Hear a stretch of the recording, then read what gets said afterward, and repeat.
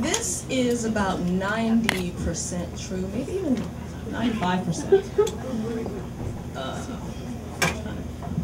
gotta get used to this big thing in my face. Actually, well, I'll leave it alone. Being a food reviewer for the New York Times was my dream job.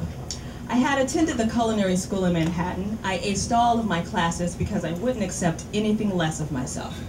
I also knew how hard it was for African Americans in the restaurant industry, so I knew I had to be better than everybody else to be seen for my work. When everybody out was going out and having fun, I was staying up late, sauteing, glazing, cutting, and flambeing, and cooking. But where I found my true love for food was writing about it. It made me wet to write about desserts, Thai food, Chinese food, cheese, wine, French food. When food hit my palate, it was like an orgy in my mouth. Tonight was a special night. There was an opening for a new Southern food restaurant in the Village where they would be serving the owner's favorite dishes. At this opening, they would wine and dine movers and shakers in hopes of getting good reviews and buzz. Personally, I didn't care what celebrity was going to be in the room. All I wanted was to get my hands on the food. Food was my celebrity, my muse and my fetish. Though I had heard that Derek Jeter might be in the room, I have to admit, if he was going to be there, I could get a little bit excited. But him aside, there was one person I really wanted to see. Tonight, I was going to see him, the man who I had deemed the Jewish God, Adam Wasserman.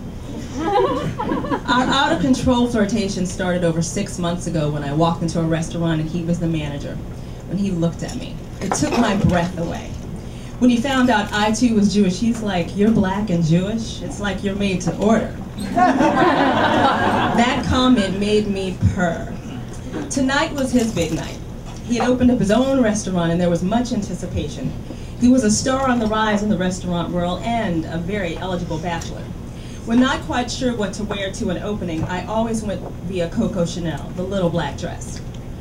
I had a nice selection of little black dresses, but tonight I didn't want to look like I was trying to be sexy, so I opted for a very nice Marc Jacobs slinky black dress, a way to show off all the curves in all the right places.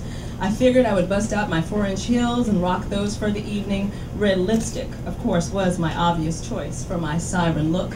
Perky breast and booty out, I grabbed my handbag and I was ready to go.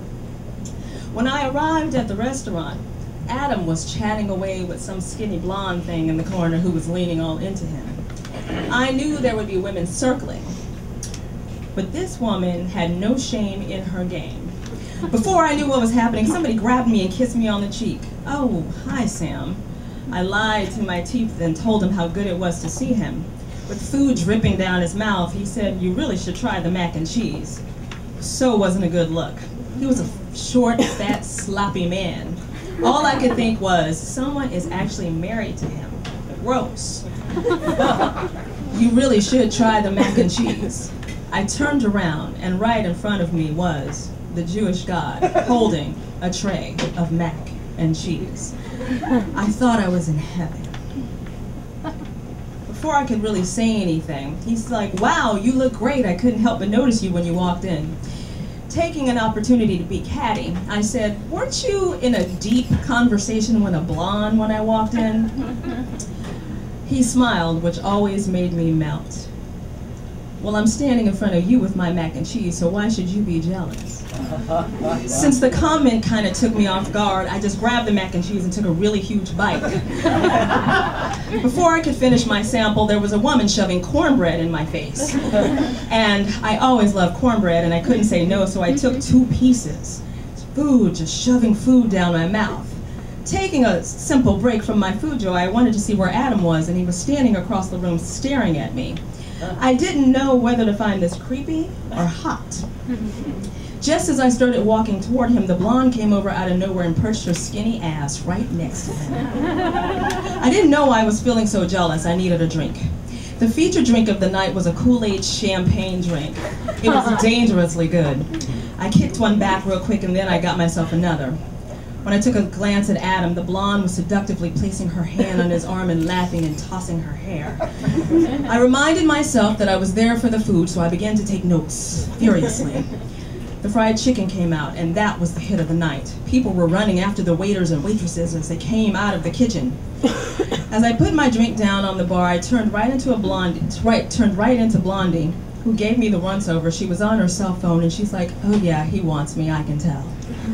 That was it. I needed to go. I had had enough. As I was grabbing my coat from the coat check, "Are you really leaving without saying goodbye?" Adam had creeped up on me again. Well, you seem so busy." Before I could finish what I was saying, he interrupted me with laying a big kiss on my mouth. We ended up in a very nice lip lock. Adam asked me to stay, and of course I wanted to, but I had to ask him about the blonde. "So what's up with her?" He laughed and he said, "Well, if I were into her, would I have been creeping up on you all night? Plus, she's not what I want." I didn't let the subject go, because you know how sometimes men lie.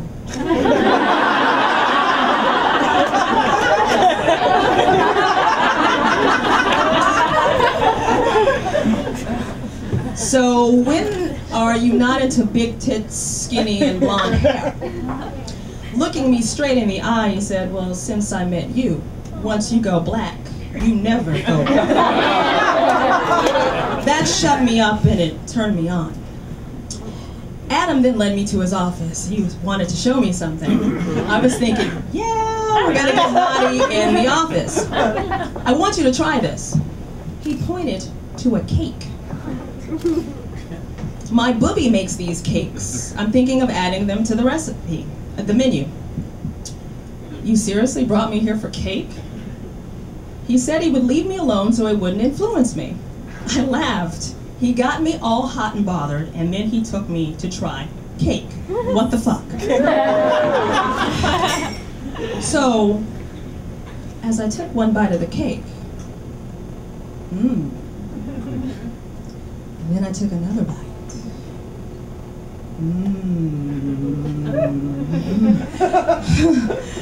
Hell yeah. Booby's cakes were on point. I started tingling in all the right places. I kept eating and eating and eating and feeling rather excited about this cake. Woo! Oh God, booby, hell yes! Hell yes! Shit.